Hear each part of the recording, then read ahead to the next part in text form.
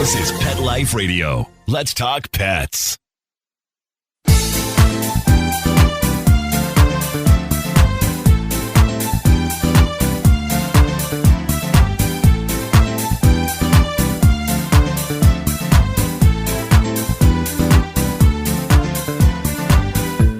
Hello, my cat-loving friends. We're back. Emotional support animals, therapy animals, service animals. It's all very confusing. And we have an expert. We have Mary Margaret Callahan. I can't help but say her name that way, who is the Chief Mission Officer with Pet Partners. And she's going to fill us in on therapy animals, therapy cats. I have so many questions. We'll be back right after a word from our sponsor. Take a bite out of your competition. Advertise your business with an ad in Pet Life Radio podcasts and radio shows. There is no other pet-related media that is as large and reaches more pet parents and pet lovers than Pet Life Radio. With over 7 million monthly listeners, Pet Life Radio podcasts are available on all major podcast platforms. And our live radio stream goes out to over 250 million subscribers on iHeartRadio, Odyssey, TuneIn, and other streaming apps. For more information on how you can advertise on the #1 pet podcast and radio network, visit PetLifeRadio.com/advertise today. Let's Talk Pets on PetLifeRadio.com.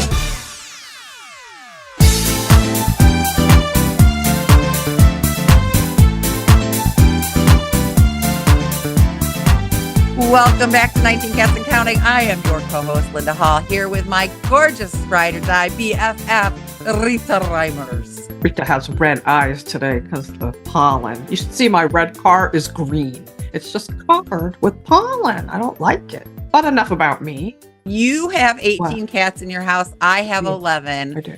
I want to talk to Mary Margaret, and I want us to each determine which cat would be most likely to be a therapy I think I already animal. know. In my house, there's 2. Sweetie? I think it would be Oliver and Sweetie Pie. Oh, Oliver, yeah. Maybe Probably Simon. right. We'll find out. I'm going to talking to you. I talk to you all the time. Hi, Mary Margaret. Hi, Linda. Thanks for having me. Thank you so much for coming and being on with us. So let's start with a definition, because service animals, emotional support animals, and therapy animals are 3 completely different things, and people get them very confused. I do too. So explain, baby. So I've got, I think, the easiest way to describe it. And you're right. These are always conflated. People are accidentally mixing them up. There's no malice intended, but there does feel like some overlap. So here's my hot tip for you. Right? When we think about both emotional support animals and service animals or assistance animals, right? That could be a seeing eye dog or things like that. In those relationships, that's a one-to-one relationship, one animal benefiting one other person, right? Whether it's helping them with the activities of daily living or supporting them through mental health challenges, that one animal supports one person. Therapy animals, on the other hand, is a one-to-many relationship. One animal is out there visiting maybe a whole bunch of kids at the pediatric hospital in your community, or maybe 5 or 10 residents at the local nursing home. So that one animal is benefiting a whole bunch of people, not just one other individual. I think that's the easiest way to tell. And when you have to ask yourself that litmus question, like, is this a therapy animal? Is it one-to-one or one-to-many? That's awesome. I never thought of it that way. That is a great, simple explanation. So the therapy animals are the one going visiting. And I do have a little bit of experience with this. My girlfriend, Cheryl, she'll kill me. Cheryl had a golden that was just amazing. And he was such a sweet dog. And so he went through training. And I know with the dog, it was reactivity. Will he startle and pay attention if somebody's walking past? Will he get aggressive if somebody's messing with his food? You know, that kind of thing. How is he going to be? Cats. How do you have a cat therapy animal? What are you looking for? Yeah, cats don't typically like to travel either or be out of their own space. I mean, there are far fewer cats, therapy cats, out in the universe than there are therapy dogs. That's for sure. But that doesn't mean that a cat can't be a therapy animal. They're just they've got a secret sauce, right? That it's many, many fewer. But these are the questions you ask yourself if you're thinking, well, how does this work for a cat, right? Therapy cats tend to be very affiliative. They want to hang out with strangers. Now, I suspect you gals are kind of like me. You go over to a friend's house, go to a party, and you feel honored when the cat chooses you, right? The cat sits on your lap and you're like, I have been chosen. I look for the animals. I don't want to talk to the people. I'm shy. Those animals, those cats who are willing to approach strangers and spend time with them, that's your first tip that they may be predisposed to being interested in being a therapy cat, right?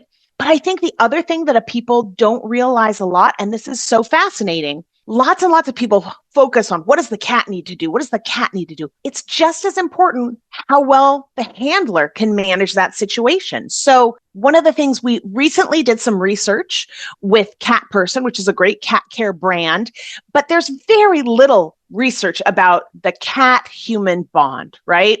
And there's even less research about therapy cats. And so we undertook some research. And one of the things that we found was when we started to do these interviews and surveys, talking to people who were therapy cat teams and talking to facilities that welcomed therapy cats, we looked at, well, who are these cats anyhow? First of all, it was spread across a wide group of breeds. So it wasn't all domestic short hairs. It wasn't all ragdoll cats. It wasn't all Devon Rexes or Sphinx cats.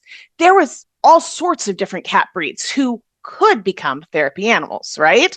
But then the other thing that I thought was so fascinating is the average age of a therapy cat was a little older than the average age of a therapy dog. And in part, that's because also on average, the length of relationship between the handler and the cat tended to be very long before they became a therapy cat That team. makes sense. Takes longer for a cat to trust than a dog. To really get the feeling what that cat's personality is, right? Got to know that cat, and that cat needs to trust you because, like you were saying, Rita, you're bringing this cat into environments that's not its own. If your cat can't fully trust you and know that you're always going to be acting in its best interests, it's going to not have a great time as a therapy cat. So that's what we saw. Cats tended to be a little older because they had a much longer relationship with their handler before they became a therapy cat. Nice. That makes complete sense. Yes, Linda, don't you think? Yeah, definitely. And I'm assuming there's some kind of testing because we did an experiment that we weren't trying to do an experiment. Oh, right. Rita, Rita had to do some videos for Catster magazine at one of their homes. And so I was with her at the time and she said, who should I bring? And it was a no-brainer. Simon and Colby. They are what we call her greeter cats. Well, and when Colby I come had done a previous set of videos with me when he was a kitten. So I thought, oh, yeah, he'll come along. And then I said, we should probably bring a third just to be on the safe side. So we ended up bringing Pumpkin. He was just like, it was like, oh, he was a random choice, a random pick. We actually asked your husband and Brian said, oh, bring Pumpkin. Bring Pumpkin. He doesn't even know the cats, but he chose for us.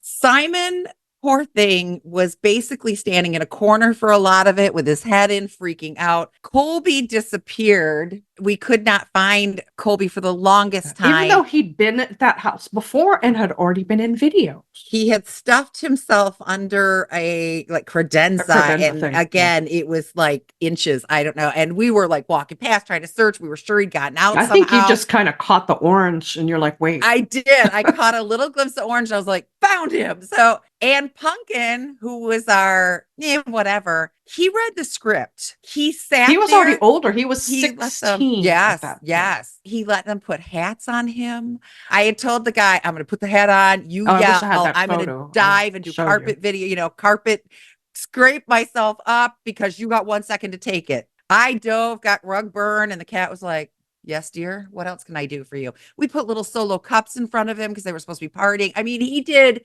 everything. We even had to fake an attack, remember, with him and Colby? And he faked it well. He did everything. Oh, and the scene in bed with you, too, where he was supposed to smack what it's you with his supposed to tail. be is your cat keeping us up all night. So they've got me in these kitty jammies and the blankets are up to my chin and they set him down and he sat there with his tail whapping me on the forehead. Whap, whap. He read the script. He understood the assignment. So, it's not always who you expect. The two that we thought were sure things were freaked out. I feel like we tortured them. And Pumpkin was like, give me my script. I'm ready. Like you said, older cat. He was the oldest one of the bunch. The others were both of them were under 2. So I think what's so interesting, that does really speak to the fact that there's a lot of value in having an independent third party help you assess if this is the right thing for you and your animal, right? Because we see this a lot. People who are passionate, they want to volunteer in their community. They want to go to the library and have kids read. They want to go to the hospital. They want to help here. And that's all really wonderful. But one of the tenets of the human-animal bond is that it's supposed to be mutually beneficial, not just beneficial for the person receiving the visit. This should be beneficial for our animals too. These are sentient beings. They've got the opportunity to express preferences and make choices. And it's our job as the pet parent and as the handler in that situation to respect their preferences. And so Pet Partners believes really strongly that every 2 years, you want to have your therapy animal evaluated or reevaluated, because it's hard in our hearts when we want to do this and we love our animals so much. We can't always be really objective. So helpful to have an objective third party there to go, I can tell your animal really likes meeting strangers, as opposed to the person who's bringing their cat because they want to do the work. And the cat's like, why? But why? Yes, the cat's in the corner. Yeah. How do you reassess? How do you certify an animal that So there's a handler. Yeah. That's a great question. There's a handler training component. So you, as the human holding the leash, right, you need to know certain things. You need to make sure you don't say the wrong thing. You need to know about, zoonosis and hand hygiene, make sure you're not spreading any germs by accident.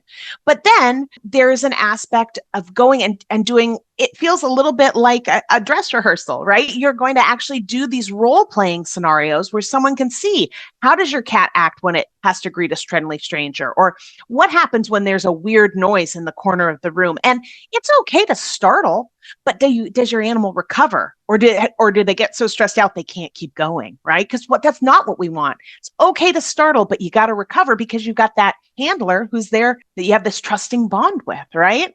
Also, we do ask that cats pass a friendly dog, not a dog they have to interact with.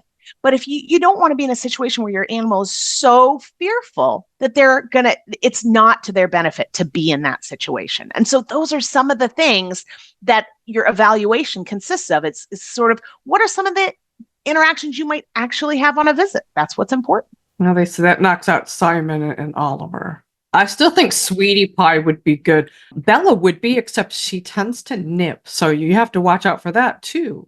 Yeah, if she gets overstimulated or starts getting upset, she'll do a nip. Well, and that's a good example, that overstimulation, right? That can really happen. And people are like, oh, it's not aggression. No, it's too much. Yeah, and that's exactly the worst case scenario to put it in. But I have to tell you, if I was in the nursing home or the hospital, I love dogs. I've had dogs. We're going to get another dog. But a dog is very in your face. Cats are my vibe. They'll have quieter energy with than me. a dog. That's it. Exactly. And that's one of the reasons why Pet Partners registers 9 different species of animals, because we recognize not everybody's a dog person, and that's okay, right? Ooh, tell us what they are. What are the 9? Okay. I'm going to have to probably count on my fingers, make sure I don't miss anyone, right? 9 gives you a lot. I start getting a little desperate at the end. Okay. So obviously dogs, it's our number 1 registered species. We have about 94% of our therapy animals are canines. We've got cats, obviously. We love those cats. Equines, miniature horses in particular, they're smaller and they can go into settings. I saw a social media video where they brought this miniature horse in, and I cried. Okay, Linda, we're not having a sanctuary for miniature horses. Darn it. All right. So then what we'll see, we've got rabbits, right?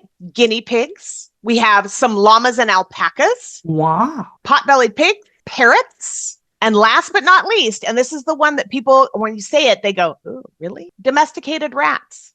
So we do have a handful of rats. See, there you did, right? Which some people do. But you know what? It just goes to show different animals are beneficial to different people. Rats are terrific, smart, very sort of intuitive and inquisitive and things like that. And you know what? While not everybody loves rats, one audience that I have heard time and time again from some of our wonderful volunteers across the country who loves rats, kids in juvenile justice. Anybody who feels like someone has drawn a conclusion about them before really getting to know them, because they go, well, I understand. People think that they don't like rats, that rats are dirty or rats are gross. People have assumed stuff about me before too, and it wasn't right. Oh, that's really heartbreaking. My heart, I know. So lots of different animals for lots of different people. That's amazing. Oh, it is. I wrote down, there was a quote, and you all can go to petpartners.org if you want to see. There's a lot there. Okay. So I'm going to give you the quote, and we'll talk about it after we come back. Sounds good.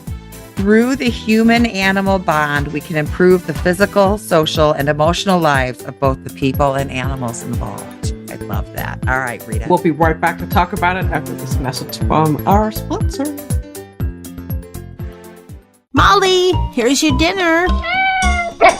Zeus, that's not your food. Don't let that happen to your precious cat. Elevate your cat's eating experience with the Cat Tree Tray. The Cat Tree Tray keeps your cat's food off the floor and conveniently located on the cat tree. It's the perfect way to eat. It's a beautiful wrought iron tray that easily attaches to your cat tree and keeps dogs and other critters out of your cat's dish. A must for multi-pet households. There's a 6-inch tray for large bowls and a 4-inch tray for smaller bowls. Purchase your Cat Tree Tray today. Go right now to cattreetray.com. That's cattreetray.com. CATTREETRAY.com. Let's talk pets Let's talk pets on Pet Life Radio. Pet Life Radio. PetLifeRadio.com.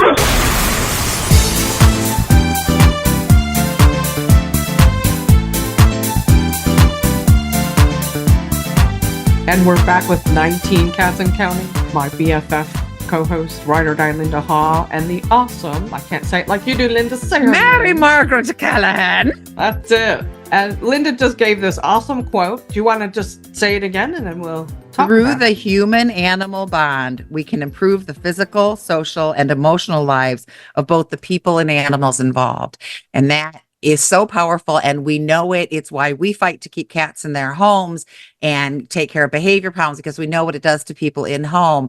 But let's talk about what this is doing for the people. Like, I mean, you just gave a brilliant example with the juveniles. We think about the challenges as a society we face today, right? So much loneliness, isolation, depression, anxiety, stress. One of the things we see time and time again is that the presence of therapy animals, even in relatively short amounts of time, can have lasting benefits on all of those factors for people, right? So whether it's you become a volunteer and you decide to go to the local retirement home or senior center, you know, you're helping to prevent loneliness. You're helping to reduce isolation. And one of my favorite factors about this that's been studied is that the presence of a therapy animal increases the amount of interaction between staff and residents even after the therapy animal has left. There's a lasting impact on how people interact. We're also seeing this coming in at the workplace. So think about, we all, had COVID-19. Many of us who worked in offices started to work from home, and many of us didn't necessarily go back to offices right away or are starting to have to transition back to offices. We have workplaces asking us to bring in therapy animals almost as a mixer to get coworkers talking again, have it be a benefit of going into the office again because you get to hang out with some therapy animals on your break. I love that. That might have kept me in the office longer if we had animals right? around. Well, and I was thinking, now this was not a therapy animal per se, but my dad had knee replacement surgery and had to go to the nursing home. That was fun. He wasn't happy. And somebody in another room, his wife would come visit them with their teeny tiny little purse type doggy. My dad would get so excited. She'd take the dog out and walk it in the grass. He'd go, look, Linda, the dog's out there. And he took pictures of the dog. He had pictures of the dog on his phone, like asked me about my grandchildren, asked me about this lady's random dog. And she'd walk down the hall and he'd say something and she'd bring it in. It really, the man was really miserable, and it really brightened his time there having that dog. Like, he still has that picture on his phone. Okay. So yeah. And that wasn't even technically a therapy animal, but it did the same job, right? Plus he was missing his cat, his cat was at home without him. Yeah, absolutely. And one of the things that I love from this study that we did is we talked to facility staff where they have an existing therapy animal program that welcomes cats. 100% of facilities that welcome cats said it was a positive overall experience. So it can be challenging for those of us who are cat lovers and want to volunteer with our cats. You sometimes do have to kind of talk yourself into being admitted into a facility because they're used to dogs. They know dogs. And people go, can a cat even be a therapy cat? I'm here to tell you they can, right? Therapy cats are dispelling sort of some of the myths about cats, right? What do we think about when people make sweeping generalizations about cats? They're solitary, yes. Right? Solitary, not so friendly, not true. can't be trained. None of that is true, right? Look at her cat showing off for us. He's been doing it he always does. along. He always does. Yeah. No, so I mean, one of the things I love about seeing therapy cats in different settings is it's challenging people's stereotypes about cats as pets, right? People having a chance to meet a cat and go, oh, I didn't think cats were like this. Well, they can be. They are. Definitely. And they're so intuitive and empathetic. That's something that we're constantly driving home in behavior sessions. Like your cat picks up on your emotions. You can't be stressed when you're doing this integration. Did your cat just eat your headphones and disconnect them, Rita? No, it's still connected. The way you were hanging it, I thought, No, he wants to jump up in my lap, you know. Oh, okay. My one cat, he's got balance issues, so he wants to come up and he keeps nagging me on my lap, and I have to sit back and let him.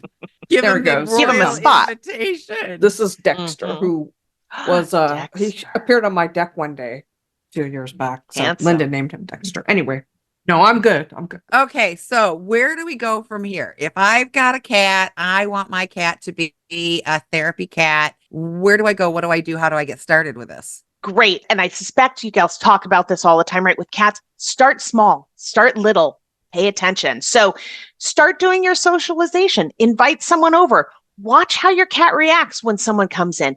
You really have to be observant. It is your job as the handler to be your animal's best advocate, right? Your job to set them up for success. And part of that is just getting really familiar with watching how they behave in different settings, right? So start some of that socialization. Rita mentioned this earlier. Travel can be kind of a barrier, right? If your cat, unless you happen to live next door to the hospital where you plan to go, chances are you're going to have to travel with your cat. So what does that look like? Do you need to do some training around being in a carrier, going on short car rides, preparing for that so it's a positive experience, right? Because remember, this is only works when it's mutually beneficial for everybody involved. So watching socialization and observing how your cat behaves, preparing them for that. Travel is usually a big thing. And also, if they need to wear equipment, right? Wearing a leash. Do you want them to wear a vest? Are they going to wear a collar? What does that look like? That can take some time because most of our cats, not leash walkers by nature. And while I'm not suggesting you're going to walk down the hallway with your cat on a leash, you do want to have your cat leashed in case something were to happen, right? You don't want your cat jetting off into a crowd where you can't find them. I was going to ask so as a you about safety that. precaution, Harness training, safety precaution, you're probably going to want to really get your cat comfortable in a harness so that even though you may be carrying them around, you don't ever run the risk of them 100%. being lost in a crowd. Yes. I still vote for Sweetie Pie being I kind of do too. Start working on her on the harness. She's a tiny little cute thing. I'll try to show you everyone would melt, let me tell you. And it's like you said, it's the desensitization. We talk to people and they'll say, oh, I tried harness training. They weren't having it. Okay. First, you leave the harness out so that it smells right and they're used to it and it's no big deal. Then you just take the harness and you touch them with it like you're brushing them or something. Oh, she's curled up in bed with me. Curled up. Oh, she's floofy and she's little and she's just adorable. She's got a little naughty in her, but she's adorable. She's never bitten. I don't think I've ever even heard her kiss. No. She's one of the first to greet Linda when she comes. Tell you another one. We're going to talk about this later. Is Dexter because he's never met a stranger and is so unfazed by everything. Him with his balance issues. I know. She brought him into the house, and all the cats are like, challenging him and hissing at him, and he just kept like, "Dude, what? I'm here," But yeah, he was all over you guys when you were here. He was a kitten. He'd only been in my house a couple of weeks, and they almost took him home. I wanted to. I think my husband would have killed me, but that's another thing entirely. So yeah, exactly. Nothing phases him. Yeah. So change subject a little teeny bit. I read something about, and you might know about this. There's a program in some of the jails where they're teaching the inmates how to work with and train cats. I thought that was just awesome. I have heard about programs like this, and they're amazing, usually on a state level. But again, goes back to that concept of the human-animal bond, right? And that mutual benefit. So taking an animal, whether it's a dog or a cat, preparing it so it can be adopted by a loving family, it obviously benefits the animal. But then the wonderful opportunity to develop a bond with that animal, feel like you're training them for something that's going to go on and be really beneficial. I mean, such a valuable interaction. Oh, yes. And cats are the perfect, so you don't have to take them out. You don't have to walk them. They're not going to poop in your room. Well, they are, but it's in a litter box. They're the perfect animal. They do well in small spaces, on and on and on. So I am assuming, do you need an official registration? So I've decided my cat's going to be a therapy cat. I'm assuming I need to get this cat registered in a specific way. Can I just go to petpartners.org and get the information Come there? to petpartners.org, right? We'll get you set up. So you're going to want to take your handler training, which you can do online or in person if there happens to be a workshop in your area. We are in all 50 states in the US, and we're also internationally in several countries. And once you've gotten your training, you're going to figure out, what does that evaluation look like? And you and your cat can take some time to prepare and practice for that sort of role-playing evaluation where you're going to be scored. Now, important thing to remember is they're scoring your cat, but they're scoring you too. Are you looking out for your animal's best interest? Can you recognize their body language? And when you can do those things and advocate for your animal, the two of you then can become a team. When you register with a team as pet partners, then you have opportunities. You have insurance, which in this day and age is really important. Oh, that's Most amazing. Facilities are not going to welcome you if you don't have insurance as a volunteer, right? And so you'll have insurance, you have access to places where have requested volunteers through Pet Partners, or you can approach a facility in your community and say, I have always wanted to volunteer, and provide them with information, and we'll help you get cat therapy animal programs started. Nice. That was my next question. I live in a very small town. I do too. Can pretty much guarantee you we've got nursing facilities and schools and all kinds of things around here, but I can pretty much guarantee you that they're not. I would be shocked if they were registered with something. So it's like, okay, how do I start that? Because it's easier for somebody close to home. So. Absolutely. So we can help you with resources. Different places need different things. Some people want to see data and reports and research. Some people just want to know you've got great insurance, and we can help walk you through that process so that you can approach a facility in your community, because that's what this is about, right? Giving back to your community while strengthening your relationship with your beloved pet. So is the insurance in case your pet bites somebody? What is it for? It tends to be in case an accident happens. Okay. So whether it's an unintentional scratch, or whether it's, let's say you have a big dog who barks and scares someone and they feel like that was emotionally damaging to them. This day and age, the United States is pretty litigious. It behooves you to have insurance, because who knows what's going to happen. You're not wrong. Yeah, Yes. you're not wrong. Your cat accidentally breaks that special something in the room. A little bit of gravity testing, right? Yeah, something falls off what and I see a breaks. cat doing. Cats are notorious for liking to see things fall to the floor. All right. So now let's say I am so pumped about this. I think this is the greatest thing ever, but none of my cats are going to hit this criteria and I'm too loaded. What can I still do to help you? Do you take donations? And we have really fun events that you don't have to be a therapy animal owner to participate in. So every fall, we have the world's largest pet walk, a great opportunity to go out and walk either with your own animal or with other people's animals too. We'd love to have that happen, right? National Therapy Animal Day is April 30th every year. If you want to support more therapy cats being out there in the world, you can help raise awareness by requesting a proclamation from your municipal government, just having therapy animals recognized for the important contributions they do all across the country, right? We also are a nonprofit. We do accept donations. There's lots of great opportunities to get involved and engaged with Pet Partners. We'd love to have you come by. Check out our website at petpartners.org and see where you may fit in, because you're right. The cat you have today may not be the right cat. Maybe a future cat would be, or maybe what you're just committed to doing is helping spread the word so that more people realize therapy cats can be a thing, because many, many people don't. In that research I've been citing, 100% of facilities said clients or patients were surprised when they met a therapy cat. They didn't realize there could be therapy cats. Let's make it the norm, people, right? Let's get therapy cats out there. I love that. it. Cats are the number one pet now, more so than dogs. So Rita, I'm sorry. I can't work the rest of the day. I have work to do. I want to go check out fish.org. we'll have to talk about that offline, Miss Linda. Drat. Thank you so much, Mary Margaret. This has been so educational, so helpful. And I'm kind of pumped to figure out where I fit into this somewhere. We'll figure that out. I want to see Sweetie Excellent. Pie in a little pink sparkly harness so I can take her. Everybody who sees her goes, oh, so she would be awesome. She melts hearts. I mean, just seeing her does that. So yeah, exactly. I didn't name her Sweetie Pie. She came with that name and it really suited her, so I kept it. Well, anyway. Get a harness and get started on her. That's your job. Find me a pink sparkly harness. For okay, her, we can do that. Oh, we can do that. I know we can. So thank you so much. Thank you, Linda, as always, for being my ride or die co-host. Always. BFF, partner in life, work wife, as your husband likes to call me. Mary Margaret Callahan. I have some Irish in my family. Please come back again. You are a delight to talk with, and we could probably do another hour. Oh yeah.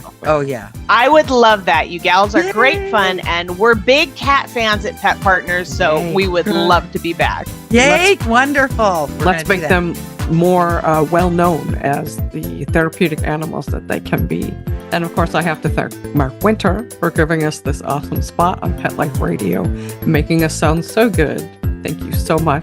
Just remember, everyone, every day is Catter Day. We'll see you next time. Let's Talk Pets, every week on demand, only on PetLifeRadio.com.